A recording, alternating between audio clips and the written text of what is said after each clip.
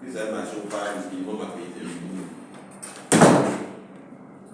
C'est pas équitable comme tu fais une imposition. C'est pas du tout équitable. Et ça a été depuis 2021. Ça devait être en 2020. Il y a des ménages qui ont. C'est pas pour commencer ceux qui contournent aussi les règles. Parce qu'il y en a qui contournent les règles. Non, justement. C'est pas pour commencer pour l'État, s'assurer du minimum. Moi, il y a un ami qui est dans les projets, il dit non, que dans leur formation, on leur dit que toutes les entreprises ont une double comptabilité. Parce qu'on leur fait croire.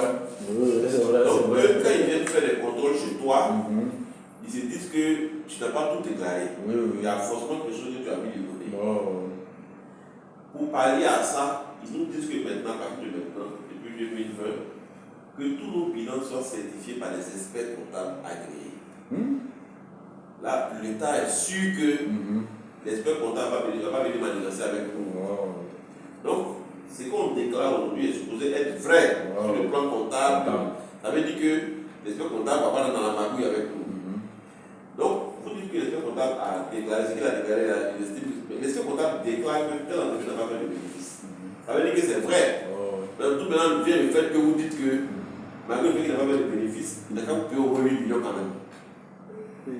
Parce qu'avant, on se comprenait, parce qu'ils disent qu'avant, on fait exprès, on déclare qu'on n'a pas fait de bénéfice. Là, on ne paie pas des impôts.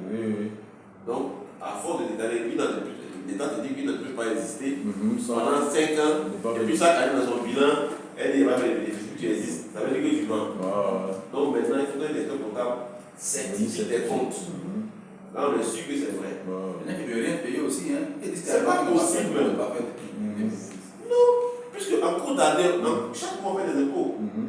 Chaque mois il y a des impôts, l'impôt sur salaire, il y a des impôts. Parce que quand quelqu'un tu viens et tu dis bon, je vais te prendre chez moi, tu seras ton assistant, je vais te payer 500 000 francs par mois. Mais 500 000 francs par mois, en réalité, je lui donne 600 000. 600 000 c'est le net à payer. Sinon, en réalité, c'est 100 000 dimanche.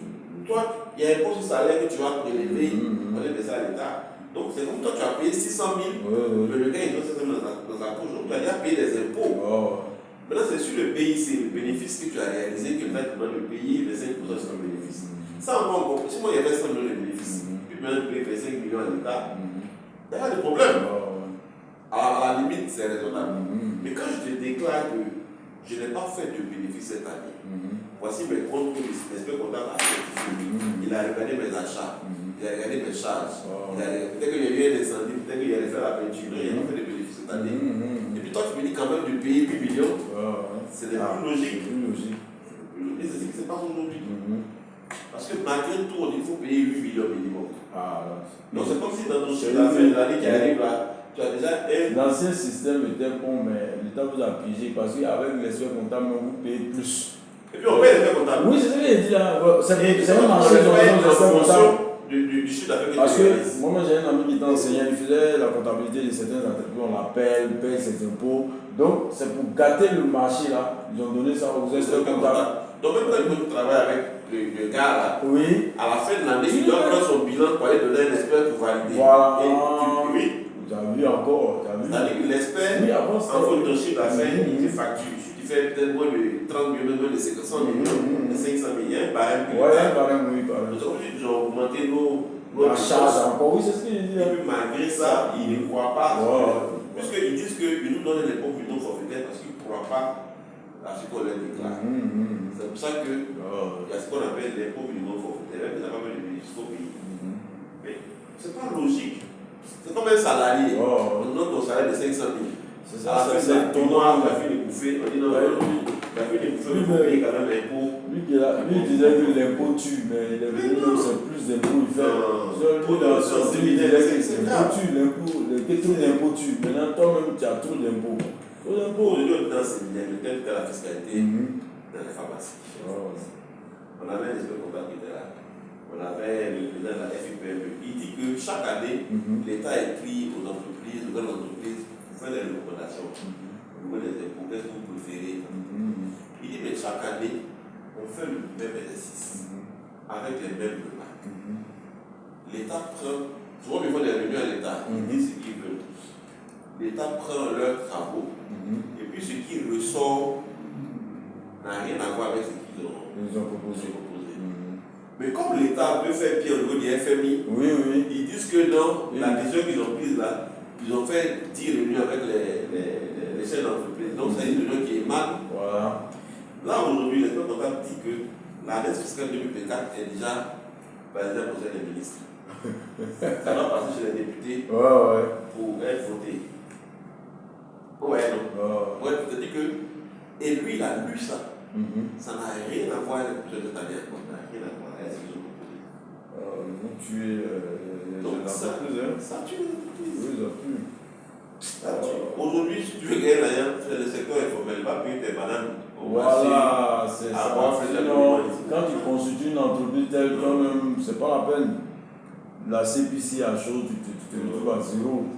Pas possible. L'État même, c'est eux-mêmes. Tu te crées des institutions budgétivores pour rien. Moi, chez moi, là, le Sénat n'a pas lieu d'être. Même chose, le Conseil général n'a pas lieu d'être. Ce que le Conseil général fait là, le maire et puis le préfet pourraient faire un conseil pour arranger la région. Tu vois un peu? On crée le président du Conseil général, il a un chauffeur, il a un temps, il a un conseil, tout est 4K, ministre, gouverneur, bon. Donc tu es obligé d'augmenter les impôts des gens. Tu les payes comment? Dis tout cela. Bon, c'est des gens qui sont déjà en fonction souvent. Il crée des choses, sénateur, il ne comprend pas. Bon, vraiment, pas possible. 28 millions d'habitants simplement. On n'est même pas à truc. On n'arrive pas à gérer. Non, ça ne sort pas, sincèrement. Ici, les entreprises ferment, c'est les chômeurs, on fabrique. Et puis en fabriquant les chômeurs, c'est l'insécurité. Tout est lié. Oui, tout est lié. Le président a réussi à être émergent parce qu'ils ont mis l'accent sur les PME. Voilà. Il dit bon, les riches sont bien riches. Voilà. Les pauvres, pour les aider, c'est trop compliqué. C'est trop compliqué. Actuellement, quelqu'un qui est médecin qui a sa clinique, autant l'aider pour sa clinique, au moins ils tirent les pauvres vers le haut. Actuellement, ils ont détruit la classe moyenne. Il n'y a plus, vous voyez, la classe moyenne. Il n'y a plus de classe moyenne. C'est un fossé. Voilà. Et c'est la stratégie mondiale. C'est une fois que tu développes la classe moyenne, c'est eux qui tirent les pauvres vers le haut. Et puis eux aussi, ils vont émerger vers le haut. C'est ça. Classe moyenne, pas bon. Comment serait-il qu'à l'île Maurice, une entreprise qui s'est créée 500 PD? En Côte d'Ivoire, c'est que la patente qu'ils enlèvent. La patente avait combien? Moi, ils paient patente 600 000 francs l'année. Tu m'enlèves que la patente, elle a 8 millions, 10 millions qu'ils paient par an. C'est ça que je dois m'enlever. Oui, c'est ça. Pendant 5 ans pour que je puisse. Ils pourraient même faire ça 3 ans s'ils veulent. Même s'ils veulent. Voilà. Ça ils enlèvent que la patente. Moi, je suis dans la zone franche de Bassa. Normalement, la zone franche de Bassa. Quand vous passez là, quand vous allez sur l'autoroute là, vous voyez que c'est vide, non? C'est vide pourquoi? Mais c'est pas du tout. C'est-à-dire qu'aujourd'hui, je suis dans une entreprise, la plus grande de fabrication de médicaments en Côte d'Ivoire. Oui, ils vont fabriquer les comprimés là. On fabrique. Mais je vous assure, la zone franche, c'est sur papier. Les taxes qu'on paye, c'est énorme. Tout ce qui est rendu, c'est hors taxe, hors des douanes. Les impôts nous envoient des papiers. Les Indiens, là, ils comprennent. Ils investissent 5 milliards pour régler le site. On a dit qu'il n'y aura pas de taxes. Après, non, ça n'était pas concerné. Tu as vu ça? Ça n'était pas concerné. La dernière fois, le DG a pris sa machine à laver à la maison. Lui donner un technicien pour réparer cette machine à laver. Il a eu bâché. Donc, ils ont vu ça dans la place. Donc, il est rentré dans la zone franche. Dès qu'il a garé, les douaniers l'ont suivi. Les douaniers l'ont suivi. Il a garé, il a dit bon, la douane est là. La douane est là. Il dit non, il est rentré avec une machine qu'il n'a pas déclarée. Donc, c'est une faute, il y a une amende à payer. Il dit mais la machine à laver, regardez, c'est même pas neuf. Parce que normalement, ils disent que comme dans la zone franche, tous ceux qui rentrent, eux, ils doivent voir si c'est pour servir au travail pour lequel vous êtes là. C'est pas pour servir au travail pour lequel vous êtes là, vous serez dédouané. Donc, le fait qu'on soit rentré avec une machine à laver sur le site, ça veut dire que c'est à fraude avérée. Donc, on a fait les calculs là, on a payé à 1 million. Les douaniers, ils aiment ça. On ne voit pas les gens dans les grosses caisses. Ça a le coup même de. Oui. Donc maintenant, on a demandé pardon, non, lui, c'est pas tout ça là. Il est venu investir en usine. On lui a dit, il n'y a pas de taxe. Bon, lui, il travaille. Non, c'est ce Mais il y a pas une qu'on association. a bien dit. On a bien dit actuellement les gens sont même Ah, les c'est policiers, faux. avec les conducteurs de voitures, Non, mais tout le c'est monde, tous mes collègues n'ont pas de ça. Quand ils ont fait le feu, on dit bien, C'est une organisation. on nous a dit de faire rentrer là. Les policiers, un peu d'infraction nette. Oui. Tu m'as fait rien même. Oui. Tu m'as fait un peu du passe, lui t'as Si, arrêté. si. Je t'ai dit, donc tu sens même qu'il n'y a rien. Même tu as vu, ils ont enculé les gens de faire CMU avant d'aller à l'école. Tout ça, c'est tout ça là. Il n'y a pas l'argent. Sincèrement. Et je ne veux pas annoncer qu'on a failli, on est en faillite. Ici même, c'est leur stratégie. Tout c'est sur papier. Tout ce qu'ils disent, c'est sur papier. En réalité, il n'y a rien. Comme ça. D'accord, on voit le 3-3, les stratégies concurrentielles et puis les stratégies opérationnelles. Bien, les stratégies concurrentielles. Comme on a dit, il faut tenir compte de la concurrence avant de choisir une option. Il existe diverses stratégies concurrentielles, dont les stratégies d'attaque. Les stratégies d'attaque, la guérilla, la stratégie d'attaque frontale, la stratégie d'attaque latérale et la stratégie d'attaque de côté. On a déjà dit, c'est les prémices, la guerre, on est en guerre. Donc, puisqu'on a dit c'est les stratégies d'attaque, et puis nous avons l'encerclement et puis l'écart. Bien. Donc, ça veut dire si tu as des concurrents ou bien un concurrent en face, les stratégies que tu peux adopter toi, en tant que manager. Donc, nous avons la stratégie guerrière qui est la guérilla. Et il faut savoir que la guérilla consiste à harceler le leader à coup de petites attaques localisées et intermittentes. L'objectif est d'irriter le leader afin de le déstabiliser, tout en se donnant les moyens de le faire parler de soi. C'est-à-dire que tu fais parler de toi-même. Les moyens employés peuvent être conventionnels ou non. Voilà. Guerre des prix sélectifs. Je voulais parler déjà de coût promotionnel, surenchère publicitaire, c'est-à-dire tu fais des publicités à coût de millions pour montrer que tu as la honte, en réalité tu n'en as pas. Action en justice, voilà, etc. Voilà ce qu'on appelle, voilà, tu veux que le leader tienne compte de toi, tu veux le déstabiliser. Le coup sont permis. Voilà. Il n'y a pas d'éthique. Non, il n'y a pas d'éthique. Voilà. Parce que si on avait dit ici conventionnel, après quand on allait constater sur le terrain qu'il y a qui a utilisé, nous on te dit déjà que ça existe. Voilà, non conventionnel ça existe. Je vais prendre un exemple. J'ai un ami dans le temps, quand il y avait beaucoup de cabines, on appel là, oui. Donc il faisait appel plus transfert. Oui. Donc lui, il venait de s'installer dans la Palmeraine. Et quand il est arrivé, il dit la première minute est gratuite. C'est un ami, c'est pas une histoire qu'on a pour mon ami. La première minute est gratuite. Il appelle la deuxième minute que tu vas payer. Donc, ce qui a fait qu'à sa cabine téléphonique, il y avait un rang. Et puis, à côté, il y a comment on appelle ça? C'était vide. Donc, quand tu viens appeler, quand tu es sûr que tu as fait moins d'une minute, bonjour, quand tu finis, tu dis, c'est combien? Il dit non, c'est gratuit. Mais après, quand une minute, une seconde, il commence à facturer le prix des autres. En réalité, il perdait de l'argent. Tu lui as demandé, mais comment tu fais pour faire une minute? Il dit non, les gens n'appellent jamais à moins d'une minute. Donc ils appellent toujours. C'est-à-dire que parmi les tickets qui vont passer là, comme la première minute est gratuite, quand il vient d'appeler, ça fait 1 minute 30 secondes. Lui, il récupère de l'argent sur ça, mais en même temps, il joue sur ses transferts. C'est un transfert que lui, il veut faire connaître. Donc en même temps, il dit aux gens que je fais un transfert, et puis il y en a qui font quand même quelques transferts. Mais il joue dessus. Donc, cette stratégie, par exemple, où tu acceptes de perdre sur un produit pour gagner sur un autre, comment on peut l'appeler? Tu acceptes de perdre. C'est-à-dire que lui, c'est un produit d'appel, il utilise la. Voilà le produit d'appel.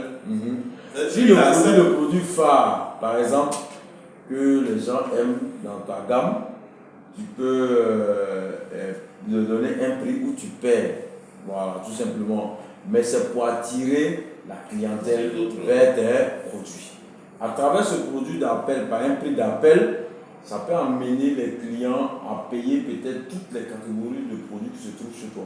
Voilà, simplement. Oui, mais ça, c'est quoi? C'est-à-dire frontal, d'attaque latérale. Bon, c'est toujours, je pense que c'est ce que j'ai dit ici, hein, la guerre des prix sélectifs. C'est toujours une guérilla. Parce que tu l'attaques. Lui, il fait le produit à 500. Toi, tu viens, tu fais le produit à 300. Tu l'as attaqué. Malgré que c'est le même produit que vous vendez. Voilà, simplement. C'est tout. Voilà. Maintenant, il y a des pays où ils interdisent. C'est-à-dire, ils disent que c'est une concurrence déloyale. Voilà, tu peux porter plainte, etc. Voilà, il y a d'autres pays dans leur loi. Mais il y a d'autres, ces choses, c'est permis. Voilà, c'est comme en matière de publicité. Aux États-Unis, tu peux attaquer ton concurrent. Tu peux dire les médicaments de monsieur tu c'est pas bon. Ils vont te dire, mais encore une fois, c'est interdit. Tu fais ta pub, mais tu n'es pas obligé d'attaquer le concurrent. Voilà, c'est pas le concurrent. Voilà. Là-bas, ils font ça. Oui, ils font ça, oui, c'est ce que j'ai dit. Ils peuvent utiliser ça, Pepsi, et puis pourquoi Cola le font. Voilà, simplement. Mais est-ce que si on entend sur les réseaux sociaux, tel produit n'est pas bon, tel médicament, c'est souvent oui, mais sur les réseaux. normalement, Qu'est-ce qui est vrai? Voilà, sur les réseaux sociaux, souvent ce sont des gars de trucs, mais c'est pas une entreprise, personne morale, je manque qui ne. Voilà. On ne sait pas qu'est-ce qui est vrai, qu'est-ce qui est vrai. Même dans les délégués médicaux, quand ils viennent parler de leurs produits, ils sont intéressés de citer le concurrent. Pas dire non. Non, oui, c'est interdit dans la loi. C'est mieux que de les prendre. Voilà. Tu peux dire, je suis moins cher que mes concurrents. Voilà, c'est tout. Ça. Mais tu vas citer le nom. Voilà le nom. C'est interdit en Côte d'Ivoire, mais aux États-Unis, c'est permis. Voilà, simplement. C'est la même chose même que les médecins même ont commencé sur les réseaux sociaux. Il y a des médecins qui commencent à donner des conseils. Il y a d'autres qui répondent en commentaire qui ne disent pas vrai. Voilà. Il y a d'autres même qui disent que la fièvre typhoïde n'existe pas. Bon, tu vois un peu, oui, ils viennent, c'est docteur Tan, ils viennent, ils parlent, donc c'est, voilà, je sais pas. Voilà. Les gens en parlent, on ne sait pas qu'est-ce qu'il y a. Il y a des produits qui proposent tout ça. Je dis la guerre, mais ils disent c'est la guerre, c'est détruire l'autre. Comme en son temps, ils avaient dit que Guinness donnait insuffisance rénale, tout ça, et les gens commençaient à tuer un peu la vente de Guinness. Tout ça doit faire l'objet d'une réglementation. Voilà. Voilà, ils doivent réfléchir dessus. C'est ça. Maintenant, le problème en Afrique, la Côte d'Ivoire même devait avoir un laboratoire de tests. Tous ces médicaments devaient être testés. Non, testés. Wow, les qualités. Sauf que l'insuffisance, c'est quoi? Le médicament est testé chaque 5 ans. C'est-à-dire qu'en Côte d'Ivoire, si tu veux vendre ça pour la première fois, on va tester le médicament. Quand on donne l'autorisation de vente, c'est après 5 ans que ton autorisation est caduque. Donc, c'est après 5 ans que tu dois encore revenir tester. Mais le problème, c'est qu'entre le premier. La première autorisation, et puis c'est que tu as fait un temps, peut-être que tu as fait bien, on a accepté le produit, mais peut-être qu'après, là, on n'a pas forcément les yeux dessus. Moi, je voyais, tu as l'autorisation, mais peut-être que tu fabriques n'importe quoi, mais bon, comme tu as l'autorisation, tu laisses fabriquer. Non, sinon, tout est analysé systématiquement. Bien, donc voilà ce qu'on appelle la stratégie guérilla. Voilà. Maintenant, il y a la stratégie d'attaque frontale. C'est-à-dire, dans une attaque frontale, on s'aligne pied à pied sur le terrain des produits, des prix, de la publicité, de la distribution. Ça veut dire que tu copies le concurrent. Une autre stratégie d'attaque frontale consiste à investir en recherche et en développement de façon à réduire les coûts de production et partant des prix. Voilà. Donc, tu peux attaquer de manière frontale le concurrent. Tu peux l'attaquer sur le produit, le prix, la distribution et la communication. Voilà.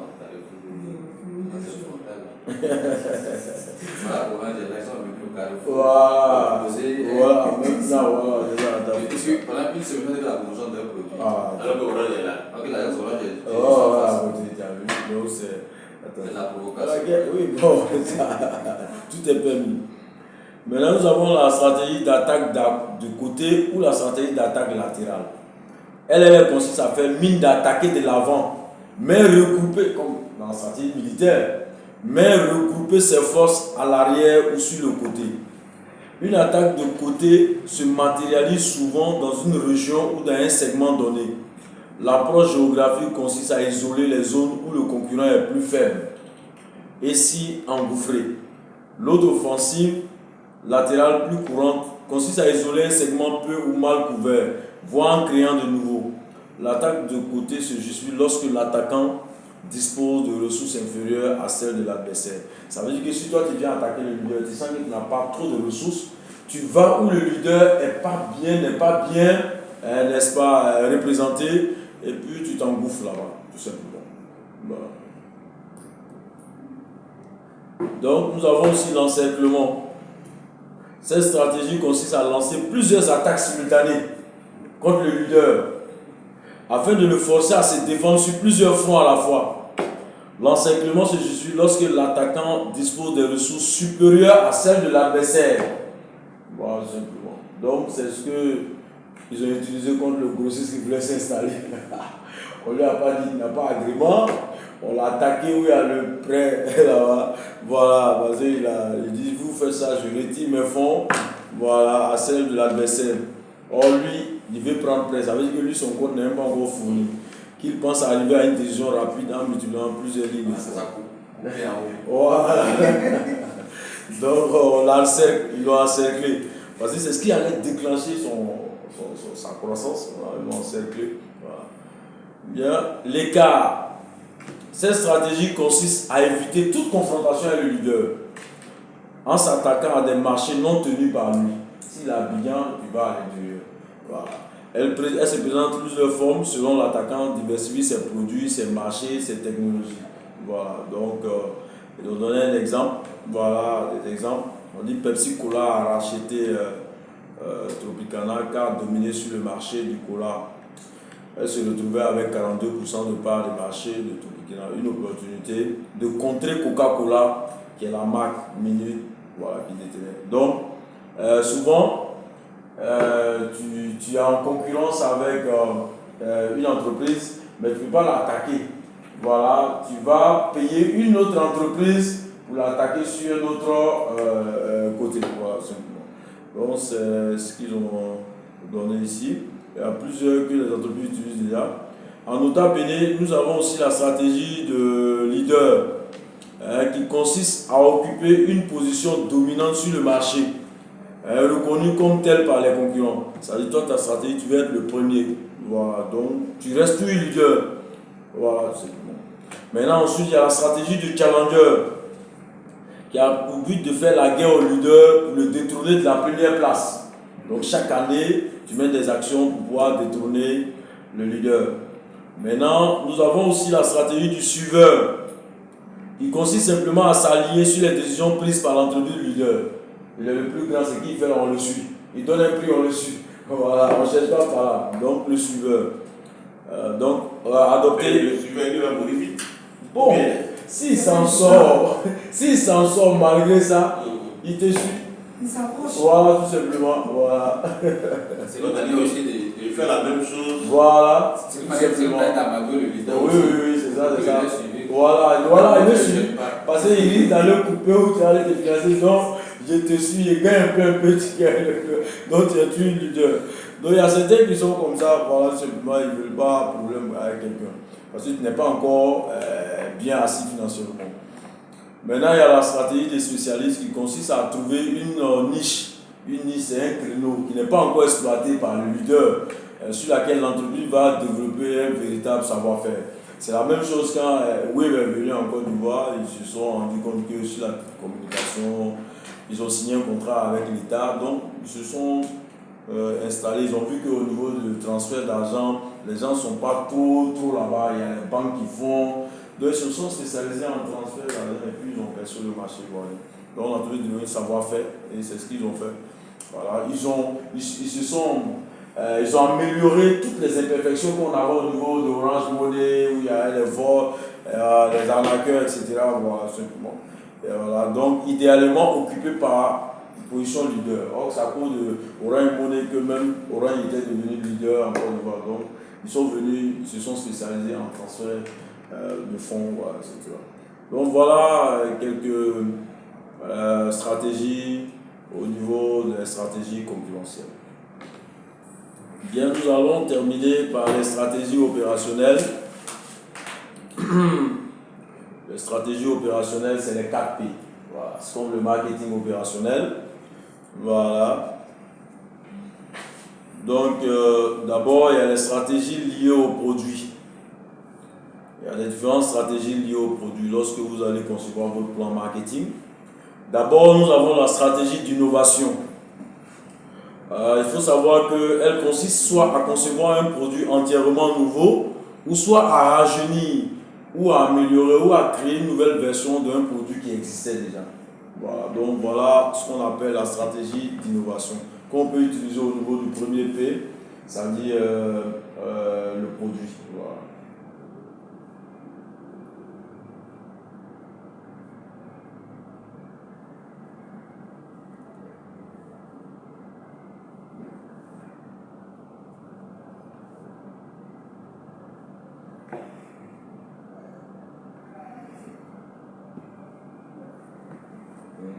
Ensuite, nous avons la stratégie d'adaptation. Elle consiste à conformer les caractéristiques techniques et fonctionnelles.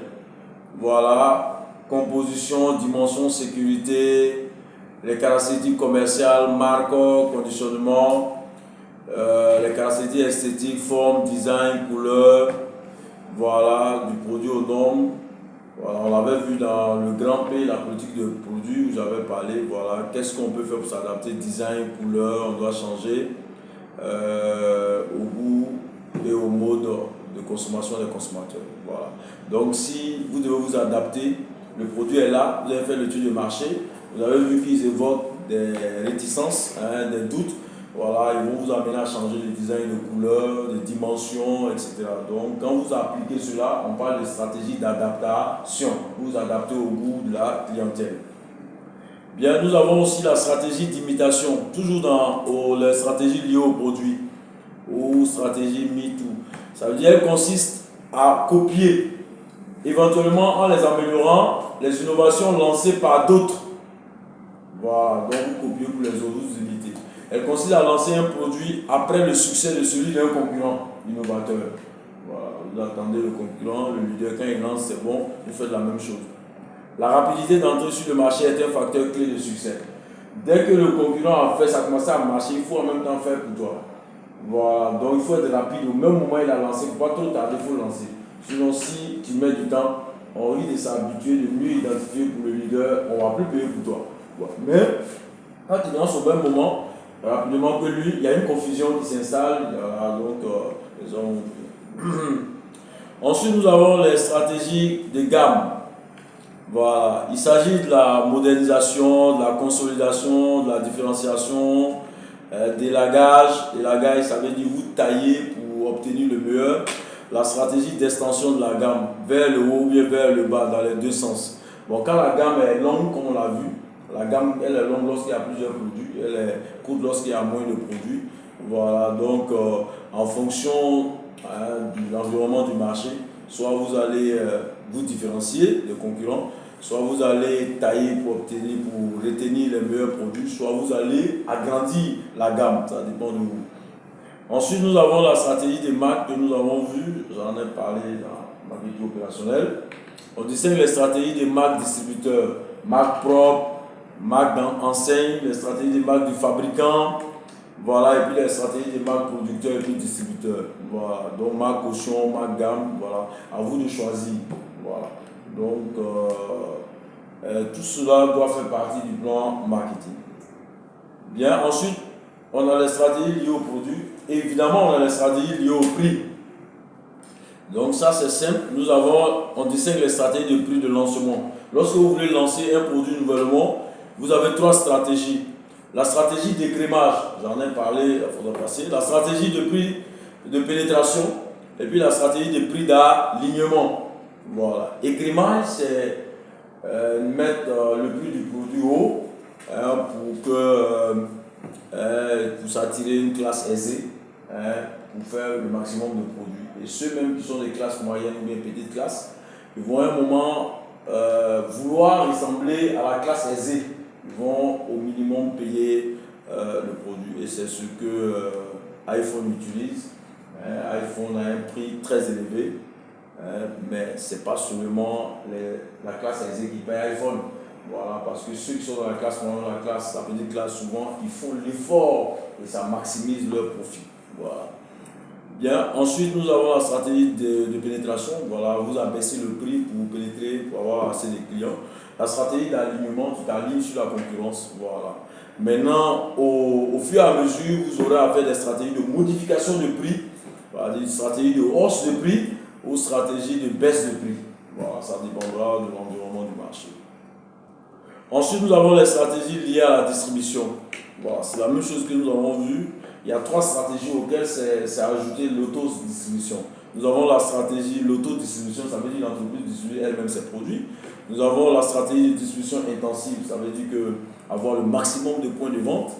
Et la stratégie de distribution sélective, où on sélectionne quelques distributeurs en fonction des critères. Et nous avons la dernière stratégie qui est la stratégie de distribution exclusive, où par exemple vous choisissez un distributeur exclusif sur un territoire qui est censé distribuer vos produits de manière exclusive sur ce territoire. Voilà. Donc voilà un peu. Et ensuite, nous avons les stratégies liées au dernier P, la communication, la promotion. On distingue la stratégie média, ça veut dire que vous allez passer à travers les médias pour faire votre communication, politique de communication.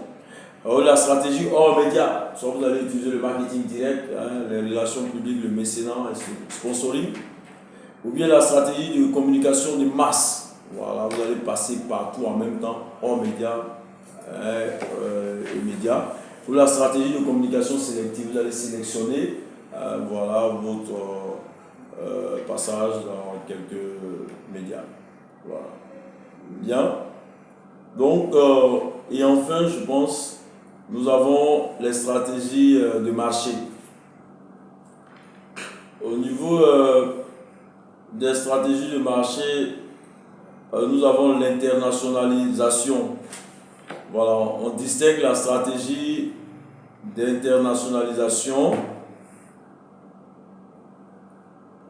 la stratégie d'internationalisation, c'est-à-dire qu'il existe du marché, c'est la stratégie d'internationalisation, la stratégie de positionnement, la stratégie de segmentation du marché et puis les stratégies de ciblage. Donc l'internationalisation, c'est quoi? C'est une stratégie qui consiste pour l'entreprise à augmenter ses ventes en introduisant des produits actuels commercialisés au niveau local et sur les marchés étrangers. C'est donc une stratégie d'extension du marché à l'international. Donc d'abord, nous avons le positionnement du produit. Voilà, le positionnement du produit, c'est-à-dire qu'il consiste à donner une marque ou bien l'image d'une marque, une place spécifique dans l'esprit du consommateur. On en a parlé, voilà, qui la différencie de ceux de concurrents. Voilà.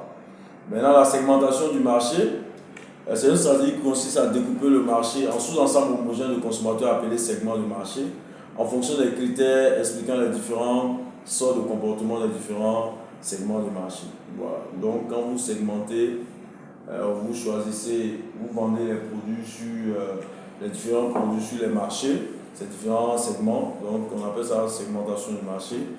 Et 3, 5, 3, 5, c'est quoi? Voilà, en fait, il y a une.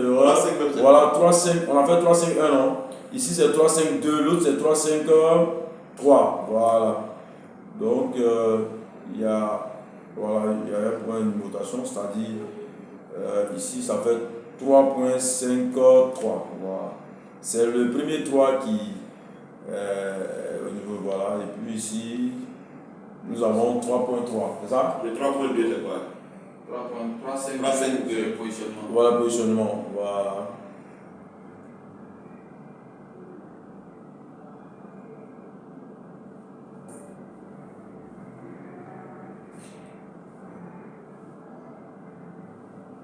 Ça va? Ok, donc après le positionnement, la segmentation du marché, 3, 5, 4. voilà, 3, 5, 4 maintenant, les stratégies de ciblage. Voilà.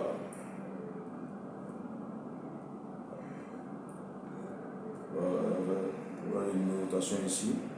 Donc les stratégies de ciblage, on en a parlé.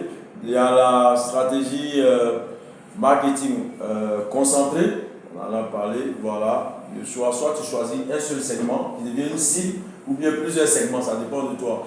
Voilà, donc il y a la stratégie de marketing concentré qui consiste pour l'entreprise à se concentrer exclusivement à un segment de marché. Voilà, à ne proposer qu'une seule offre qu'elle définit en fonction des attentes des consommateurs faisant partie du seul et unique segment pris pour cible. Voilà, donc tu te concentres seulement sur une seule cible. La stratégie de marketing différencié, voilà, cela consiste à s'attaquer avec différents produits, stratégie marketing à plusieurs segments. Voilà, simplement. Donc, à appliquer pour chacun des segments retenus comme si un marketing mix spécifique. Voilà, donc, si tu prends les hommes, ils ont un produit et une stratégie marketing. Tu prends les femmes, un produit, une stratégie marketing. C'est ce qu'on appelle la stratégie marketing différenciée. Ensuite, nous avons la stratégie de marketing indifférenciée. Ça dit qu'on attaque l'entreprise, ignore ou bien les différents segments. Ils se disent que vous avez les mêmes besoins. Donc, on attaque le marché avec un seul produit, avec la même stratégie. Voilà, simplement. Voilà. Donc, on s'appuie sur une promesse comme fédératrice. Voilà, c'est pour tout le monde, le produit, tout le monde peut consommer, etc. Donc, ce qu'on appelle la stratégie de marketing indifférencié. Voilà, on attaque le marché, on s'en fout de vos besoins, on se dit que vous avez les mêmes besoins. Voilà. Maintenant, différencier, ça veut dire qu'il y a 2 catégories, même 3 catégories, chacun a son produit avec sa stratégie marketing. Concentré, on se concentre sur une seule cible. Voilà. Donc voilà les stratégies de ciblage. Je pense que j'en ai parlé. Oui, ça va un peu? Ok, il n'y a pas de souci. Donc voilà ainsi, fini à 18h pile. Voilà. Alors que je voulais faire 2 chapitres. Le chapitre là était long. Voilà. Je pense que les autres chapitres ne doivent pas être trop longs. Voilà, c'est l'élaboration maintenant du mix marketing. Après, on va aboutir maintenant à l'élaboration du plan marketing.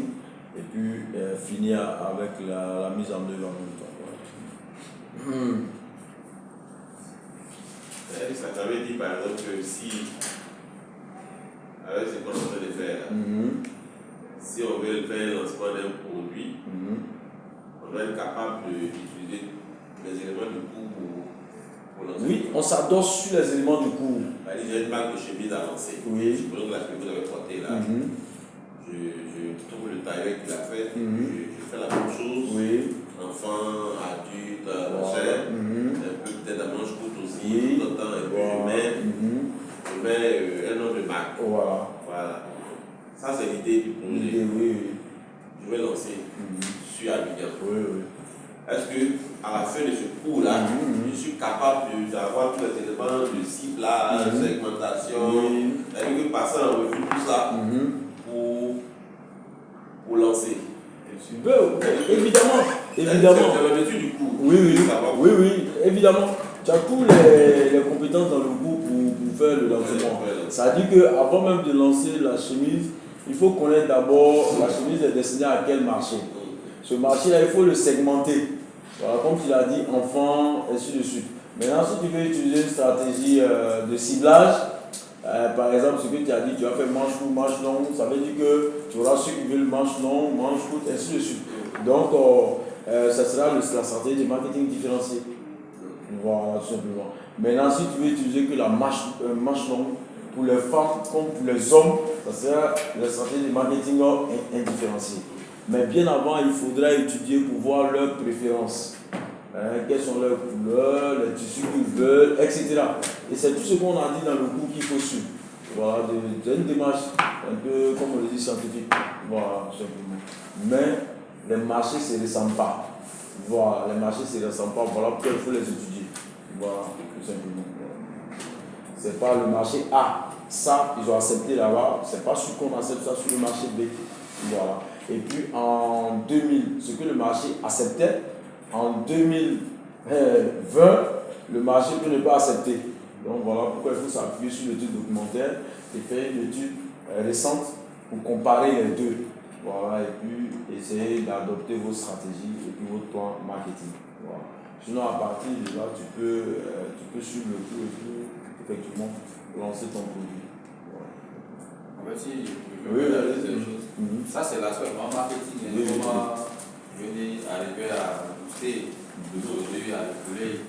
efficacement et tout. Mais je veux dire, il y a des aspects aussi de la conception même de la mise en place de l'entreprise. Pas au niveau des produits seulement, mais au niveau même de la structuration, le volet administratif, création et tout ça. Oui, c'est-à-dire que quand je fais l'entreprise, la forme juridique, SARL, ça je suppose que j'ai fini avec. Voilà. Maintenant, après, quand je prends le prix, ça va le prix, je commence. Je prends par l'étude d'abord. L'étude, Ça va répondre à un besoin. Voilà, ça dit déjà que tu es là en tant qu'entrepreneur, il faut sentir qu'il y a un créneau qui n'est pas exploité. Est-ce que vous voyez? Il y a un créneau qui n'est pas exploité. Ou bien, au contraire, tu vas voir que le marché, le taux de croissance est élevé au niveau du produit chemise match longue. Par exemple, tu sens que le marché est propice, est porteur au niveau. Là, maintenant, tu vas faire une étude de marché. Il y a deux cas au niveau du marketing. Ce n'est pas forcément que tu sens que les gens ne portent pas marche longue. Attends, j'ai créé marche longue pour vendre. Est-ce que le marketing dit il faut sentir un créneau? Est-ce que vous voyez? C'est la même chose que les Chinois utilisent au niveau des véhicules. Il y a une cartographie que nous faisons dans le cours approfondi de positionnement. Ça veut dire que quand on fait la carte, il y a économie et puis il y a prix. Est-ce que tu vois? Les deux coûts. Ils ont senti que il y a des voitures américaines comme le Land Rover, ils sont chers, ils consomment plus. Après, les voitures européennes, ils sont un peu moins chers, mais ils consomment. Maintenant, le créneau que les Chinois ont exploité, une voiture moins chère qui consomme moins. Est-ce que tu vois? Donc, c'est ce qu'ils sont en train de fabriquer pour nous. Actuellement, tout le monde est en train de payer des voitures chinoises. Oui, le marketing, c'est ça, tu réfléchis. Toutes les voitures anglaises, c'est bon, c'est solide. Les Mercedes, mais ça consomme, les pièces, on ne voit pas. Bon, nous, on va exploiter quelques créneaux. Bon, l'Afrique, c'est un marché où le pouvoir d'achat n'est pas élevé. Bon, on n'a pas fabriqué des véhicules. Ça ne dure pas haut, ça ne consomme pas haut. On n'a pas fabriqué, ils vont payer. Est-ce que les gens ne payent pas? C'est comme ça le marketing, tu es là, tu as le nez creux. Ça, c'est un créneau qui n'est pas exploité. Voilà. Maintenant, il peut s'agir aussi que tu trouves que concernant telle activité, le marché est porteur. C'est-à-dire que ceux qui sont déjà sur le terrain, les concurrents, ils ne font que grimper en chiffre d'affaires. Donc toi, tu viens aussi, tu peux créer une entreprise. Voilà, parce qu'aujourd'hui, il n'y a pas d'activité qui n'est pas faite par une entreprise. Donc, mais tu vas faire une étude pour voir ce que dans cette activité, qu'est-ce que les clients aiment et qu'est-ce qu'ils n'aiment pas. Les points faibles de tes concurrents. C'est ce qu'on appelle l'étude de marché. Et puis maintenant, tu vas te lancer. Voilà. Mais est-ce qu'on peut avoir les choses dans l'autre sens aussi? Je ne peux pas créer mon produit et susciter maintenant le besoin. Susciter le besoin. Oui, ça existe. Mais on peut le faire, mais le marketeur te recommande de faire toujours une étude de marché. Parce que si ça marche, tant mieux. Maintenant, si ça ne marche pas, on sera obligé de te dire qu'il fallait faire une étude de marché. Et puis, tu ne peux même pas ne pas faire une étude de marché. Bon, supposons que tu le fais sans te rendre compte. Les chemises. Les chemises là, ça existe déjà. Oui. Il y a beaucoup de magasins qui vendent des chemises. Il y a beaucoup. Moi, je fais un type particulier de chemises, simple comme ça. Oui, simple, oui. Qu'est-ce qui me garantit que je ne suis pas en train de me tromper? Dans tous les cas, avant qu'il arrive sur le marché là, tu réponds à la question déjà. Je vais pas ajouter quelque chose. Il y a l'étude de marché, comme on fait traditionnellement. Il y a une nouvelle approche. De plus en plus, on fait les tests de marché. Oui, tests de marché. Parce que les tests de marché demandent plus de temps, plus de ressources. Or, les tests de marché demandent moins de temps, moins de ressources. Ça dit quoi? Pour le test de marché, on conçoit le système avec la plus petite unité possible, de production possible. Il y a plusieurs tests. Avec le minimum de matériel, le minimum de ressources humaines. Il y a test marché, il y a test produit et il y a test prix. Voilà, qu'on fait, et puis on lance le produit sur le marché pour le tester, pour voir comment les gens vont réagir. Parce que même dans l'étude des marchés, on peut avoir des données qui sont biaisées. Tout dépend de la manière dont on pose la question. Et puis le client peut donner une réponse souvent, qui n'est pas tout le temps, qui n'est pas forcément conforme à sa réalité. Donc quand on teste le marché, à tous les coups, tu fais l'étude du marché. Les chemises que tu dis tu veux confectionner là. Quand tu vas voir confectionner, tu vas demander forcément à une de tes soeurs, tes cousines, les tissus on va avoir où? C'est au Caroline, on trouve moins cher. Les couturiers qui doivent faire. C'est l'étude de marché dans le train de faire. C'est comme ça. Voilà, maintenant, comment je vais pouvoir distribuer? Ah, l'autre là, quand il fait là, c'est comme ça, il donne aux dames là. Ils font ça. Voilà. C'est l'étude de marché. C'est pas parce que quand on te dit étude de marché en marketing, c'est pas parce que tu vas engager un cabinet, qui va forcément faire. Non, non, non. Voilà pourquoi on dit en marketing, le marketing est un état d'esprit. Même quand tu vas aller au Ghana, par exemple, pour aller faire des achats, tu ne te caches pas pour partir. Tu dis à tes camarades, ta famille, je m'en vais. Tu vas voir quelqu'un va dire, ah bon, tu t'as payé des sous-pieds, bon, moi je veux des sous-corps. Je veux telle quantité. Ok, tu notes. Voilà, c'est tout. Voilà. Et puis quand tu viens, tu sais que tu pourras mieux écouler. Tu es en train de faire l'étude de marché. Voilà, simplement. Donc, à tout le coup, tu fais l'étude de marché. Voilà. L'étude de marché, c'est un tout. Comme il a dit, test marché. Il y a test marché, il y a test produit, il y a test prix. Voilà, simplement. Et même après l'étude de marché, ces tests-là, on les fait. Par exemple, Kimagie, on dit, bon, Kimagie donne la maladie, tension, ils peuvent renouveler le Kimagie. Maintenant, quand ils vont venir sur les marchés, là, ils vont organiser des stands, ils vont tester, etc. On a le test produit, et puis il y a le test marché, et puis il y a le test prix. On peut fixer un prix pour voir est-ce que c'est sorti. Si c'est sorti à ce plan, on garde le prix. Voilà. Si on teste le produit, si les femmes qui préparent les restaurants apprécient, alors on lance sur toute la Côte d'Ivoire. Voilà. Et c'est comme des études de marché. Voilà. Donc, ça veut dire que ça rappelle la petite idée. Quand on a testé que ça marche, on fait un petit peu de genre. Voilà. Il y en a qui commencent à domicile, ça dépend des. Voilà. Une amie comme ça, elle faisait les gâteaux là. La pâtisserie, elle fait à la maison. Et puis elle a vu que un moment la demande était forte, elle travaille. Mais elle a vu qu'un moment la demande était forte, elle demandait. Donc elle allait maintenant prendre comme ça une boutique sur le latrine, elle sur le latrine, elle fait maintenant. Elle a embauché quelqu'un, elle vient souvent l'aider, tout et tout. Donc elle a monté son personnel. Donc elle a testé un peu, plus tard à domicile. Elle a vu que c'était porté, qu'elle s'est déployée. Si elle a demandé aux clients, on dit oui, c'est intéressant. Déjà, elle sent que son produit sera porteur, elle se lance. Voilà, après son étude de marché à son niveau. D'accord, on va lever la séance. Voilà.